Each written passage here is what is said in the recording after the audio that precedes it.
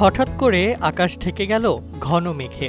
সূর্যের আলো ম্লান হয়ে নামল অচেনা অন্ধকার। ঠিক সেই মুহূর্তেই টুপটাপ করে নামল বৃষ্টি। ঢাকার ব্যস্ত নগর জীবনে এনে দিল অন্যরকম ছন্দ। যান্ত্রিক নগরী ঢাকায় রিকশা, বাস আর মেট্রোর শব্দ কিছুক্ষণের জন্য থমকে দাঁড়ায়। কেউ ছাতার নিচে আশ্রয় নেয়, কেউ বা রুমাল কিংবা ব্যাগকে বানিয়ে নেয় বৃষ্টির ঢাল। অনেকেই ছুটে আসে রাস্তার পাশের ছাউনির নিচে, ভিজে না যাওয়ার তাড়নায়। আবার কেউ দাঁড়িয়ে থাকে স্থির হয়ে, চোখ ভরে দেখে ঝরে পড়া বৃষ্টির ধারা। অন্যদিকে পথচারীরা ছোটাছুটি করলেও তাদের চোখে মুখে লুকানো গেল না বৃষ্টির রোমান্টিক টান। বৃষ্টির ফোঁটায় ভিজে ঢাকার ধুলোয় ঢাকা পথগুলোও যেন নতুন করে প্রাণ ফিরে পেল।